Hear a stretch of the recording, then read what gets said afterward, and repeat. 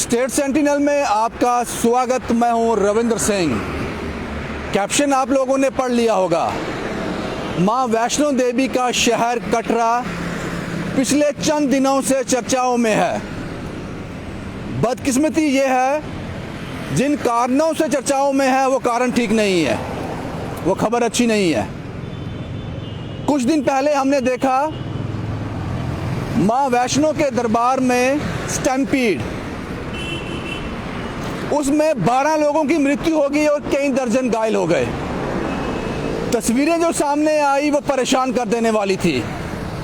और ये हादसा उस वक्त हुआ जब कोरोना चल रहा था, कोरोना की गाइडलाइन चल रही थी। हमें लगा था कि इससे बड़ा वायलेशन कोई हो नहीं सकती। 12 लोग मर गए इसमें जनाब। ये वो लोग हैं जो मां का आशीर्वाद लेने आए थे, लेकिन आप लोगों की लापरवाही से, श्राइन बोर्ड की लापरवाही से, जिनकी वहां पे व्यवस्था थी, उनकी लापरवाही से 12 लोग मौत की भेंट चढ़ गए। जिम्मेदारी किसकी है आज तक समझ नहीं आई। एडमिनिस्ट्रेशन ने यहां तक कह दिया, जिस भी आदमी के पास, आम आदमी के पास, मीडिया के पास, सोशल मीडिया के पास कोई फुटेज है हम तक भेजो। फुटेज सब ऑन एयर है जनाब।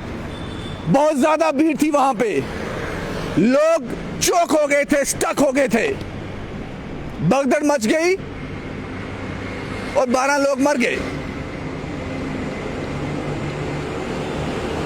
और मुझे लगा था चंद घंटों के अंदर बिल्कुल साफ नजर आ रहा है कि आपने रूल्स एंड रेगुलेशन फॉलो नहीं किए। आपने जरूरत से ज्यादा लोग ऊपर भेज दिए। ये व्यवस्था किसकी थी? 12 लोग मर गए। ये आंकड़ा हम बोलने में इतना आसान है। 12 लोग, 12 परिवार इसका भुगतान कर रहे हैं और ताउम्र करते रहेंगे। आपकी व्यवस्था नहीं थी। इंक्वायरी इनिशिएट हो गई है। क्या इंक्वायरी करनी है जनाब? इसमें यह भी कहा जा रहा है जनाब 2 गुटों के बीच में झगड़ा हो गया तो ये भगदड़ मच गई। कुछ कह रहा है कि जम्मू कश्मीर पुलिस ने, जो पुलिस के लोग वहां थे, उन्होंने लाठीचार्ज किया।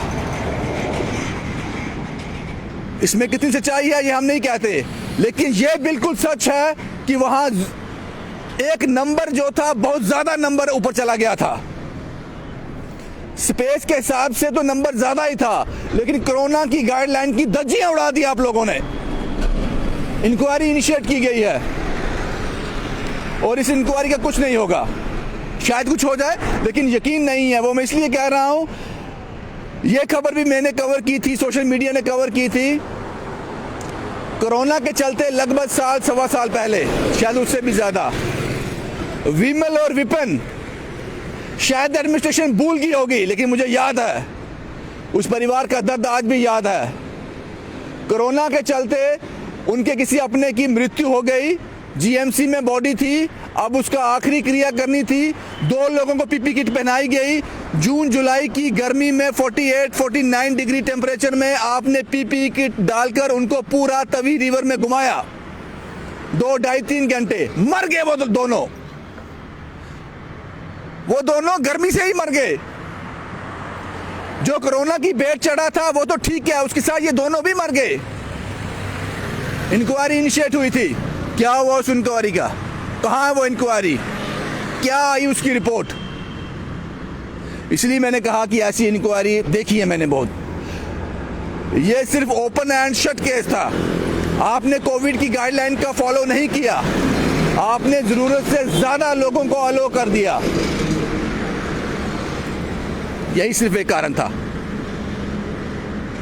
लीपापोती की जाएगी, क्योंकि लीपापोती अगर नहीं करनी होती तो ये रिजल्ट बड़ी जल्दी सामने आ जाते। कुछ लोगों की लापरवाही थी, उसका भुगतान करना पड़ा उन 12 लोगों को। उसका भुगतान करना पड़ा उन लोगों को जो इंजर्ड हो गए, अपाहिज हो गए। मां के दर्शन करने के लिए आए थे वो लोग। उसके बाद जनाब श्री माता वैष्णो देवी यूनिवर्सिटी अब ये चर्चाओं में है। पहले बच्चों ने इसके लिए विरोध प्रदर्शन किया, इसके लिए आवाज़ उठाई कि हमारे यहाँ से कोरोना पॉजिटिव बच्चे आ रहे हैं, यूनिवर्सिटी बंद की जाए। डिस्ट्रिक्ट एडमिनिस्ट्रेशन रियासी ने इंटरवीन किया, बंद हो गई यूनिवर्सिटी। उसके बाद जो हॉस्टल में बच्चे थे वो लगातार पॉजिटिव आ रहे थे। पिछले 3 दिन से बच्चे कह रहे हैं जनाब लगातार 10, 12, 15 लोग पॉजिटिव आ रहे हैं। आपके टेस्ट 200-250 टेस्ट रोज के होते हैं, लेकिन जब तक टेस्ट का रिपोर्ट आता है हम सब एक ही साथ हैं, एक ही जगह से खा रहे हैं, एक ही बाथरूम यूज कर रहे हैं, एक ही कॉरिडोर में हैं, एक दूसरे संपर्क में आ रहे हैं। हमें इस हॉस्टल को बंद कर दिया जाए, हमें अपने अपने घर भेज दिया जाए।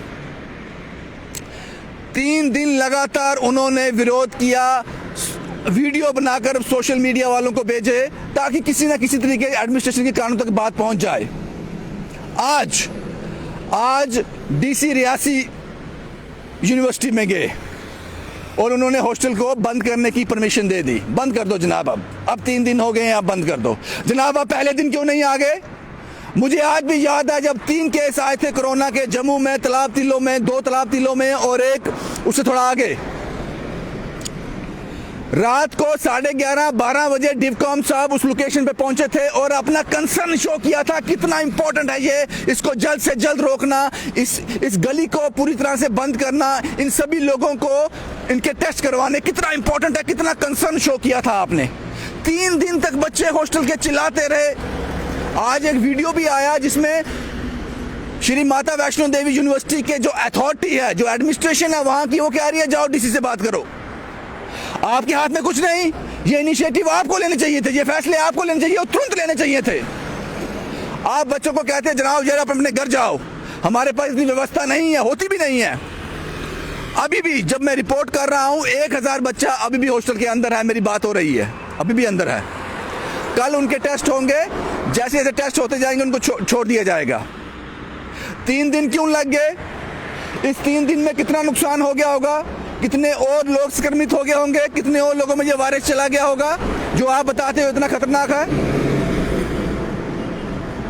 डिस्ट्रिक्ट एडमिनिस्ट्रेशन को इंटरवीन करना पड़ा। तो जो यूनिवर्सिटी की श्री माता वैष्णो देवी यूनिवर्सिटी की अथॉरिटी है उसके हाथ में कुछ नहीं। आपको नहीं लगता कोरोना कितना खतरनाक है? अगर आपके पास व्यवस्था नहीं थी, आप उन बच्चों से बोलते अपने अपने टेस्ट करवा के घर जाना, अगर जो पॉजिटिव आते हैं तो वही रूल्स एंड रेगुलेशन फॉलो करना जो आपके प्रोसीजर है। आपने सबको एक साथ रखा हुआ है वहां पे 3 दिन से। आज जब डीसी रियासी वहां पहुंचे, मैं उनकी भी तारीफ नहीं करूंगा, डिस्ट्रिक्ट एडमिनिस्ट्रेशन रियासी की नहीं करूंगा। आपको 3 दिन क्यों लगे वहां पहुंचने में? आप पहले दिन क्यों नहीं आ गए? इससे पता चलता है कि हर कोई अपनी नौकरी कर रहा है, अपनी जितना उसको काम दिया गया है, इन फैसले कोई नहीं ले रहा, इनिशिएटिव कोई नहीं ले रहा। जब बात नीचे से लेकर ऊपर तक पहुंचती है, ऊपर से फैसला नीचे तक आता है, फिर इंप्लीमेंटेशन होती है, तब तक पता नहीं कितना नुकसान हो जाता है। आपको नहीं लगता जब पहले दिन 12-15 केसेस आ गए, आपको उसी वक्त श्री माता वैष्णो देवी यूनिवर्सिटी को इनिशिएटिव लेने चाहिए थे, फैसले लेने चाहिए थे? नहीं लिए आपने। इतना सुस्त क्यों है हमारा प्रशासन और इतनी कमजोर अथॉरिटी क्यों है श्री माता वैष्णो देवी यूनिवर्सिटी की? अपने आप को बचाने के लिए, अपना हक लेने के लिए चिल्लाना पड़ता है, रोना पड़ता है, सोशल मीडिया का सहारा लेना पड़ता है। और जनाब उस इश्यू के लिए जिसमें जिंदगी और मौत का सवाल है, आपने कुछ नहीं सीखा 2020-21 से?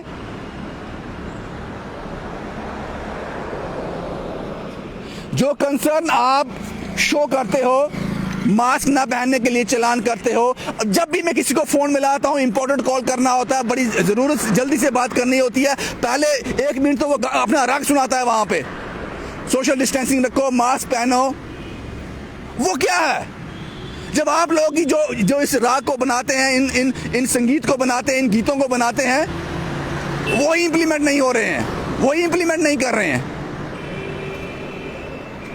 किस तरह से आप लोगों पर यकीन किया जाए? बात समझ आती?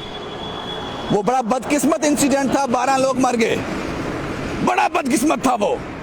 आपका चंद घंटों में फैसला आ जाता, ये लोग दोषी हैं, इन लोगों की वजह से हुआ है और ये कार्रवाई कर दी हमने।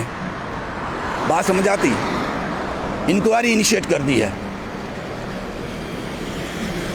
उसके बाद जब पहले दिन श्री माता वैष्णो देवी यूनिवर्सिटी में केसेस आना शुरू हुए थे, उसी वक्त इनिशिएटिव क्यों नहीं लिया गया? उसी वक्त फैसले क्यों नहीं लिए गए? 3 दिन में कितना नुकसान हो गया होगा, और ये 3 दिन के बाद ही बंद नहीं होता। अगर वो बच्चे चिल्लाते नहीं, रोते नहीं, अपने अंदर से वीडियो बनाकर हम लोगों को नहीं भेजते, सोशल मीडिया पे ये वीडियो वायरल नहीं होते, नहीं करते आप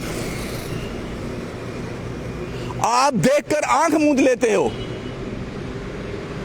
या श्री माता वैष्णो देवी जो यूनिवर्सिटी है वो कह दे कि जनाब पहले दिन ही हमने डिस्ट्रिक्ट एडमिनिस्ट्रेशन को बोल दिया था कि ये हालात पैदा हो रहे हैं, इन्होंने हमें मना किया था, वो बात अब समझ आती है। ठीक है, आपका कसूर नहीं है। बड़ा बदकिस्मत है जनाब, हमने कुछ नहीं सीखा। हम लोगों को सिखाते हैं, आम आदमी को सिखाते हैं, ये रूल्स हैं, ये रेगुलेशन है, इतना सीरियस कंसर्न है, कोरोना जानलेवा है, आप हमारा साथ दीजिए। हम सिर्फ बातें करते हैं, बातें बातें बातें बातें, बस, और कुछ नहीं। ये सवाल है, 3 दिन से श्री माता वैष्णो देवी यूनिवर्सिटी के बच्चे चिल्ला रहे हैं, 3 दिन के बाद फैसला आपने लिया, हॉस्टल को बंद कर दिया। 3 दिन के बाद, और जब मैं रिपोर्ट कर रहा हूं, आज भी 700 से 1000 बच्चे उस हॉस्टल में हैं जिनके कल टेस्ट होने हैं। उसके बाद वो पॉजिटिव नेगेटिव आएंगे, उसके बाद उनकी छुट्टी होगी। कितनी मैस हैं अंदर आपकी यूनिवर्सिटी के पास? कितने बाथरूम हैं? क्या हर बच्चे के लिए अलग बाथरूम है आपके पास? फिर आप रखिए अंदर। हर बच्चे के लिए अलग कमरा है, फिर रखिए आप अंदर। व्यवस्था आपके पास है नहीं। फिर फैसले लेने में इतनी तकलीफ क्यों, इतना विलंब क्यों? ये 3 दिन का विलंब जो हुआ है, ये जानलेवा है, ये जानलेवा है। कितना चालान होना चाहिए आपको, और कितना चालान होना चाहिए श्राइन बोर्ड को, जिस व्यवस्था के कारण 12 लोग मर गए, 12 लोगों की मृत्यु हो गई। कितना चालान होना चाहिए, कितना फाइन होना चाहिए? बदकिस्मत है ये बहुत बदकिस्मत है। ऐसी रिपोर्ट करना दुखद है। आम आदमी का विश्वास उठ जाता है आप लोगों में से।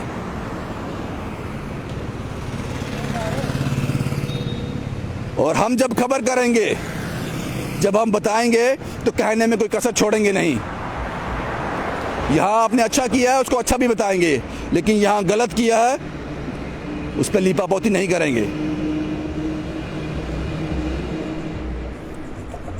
शुभम कुमार के साथ Ravindra Singh, the state sentinel के लिए।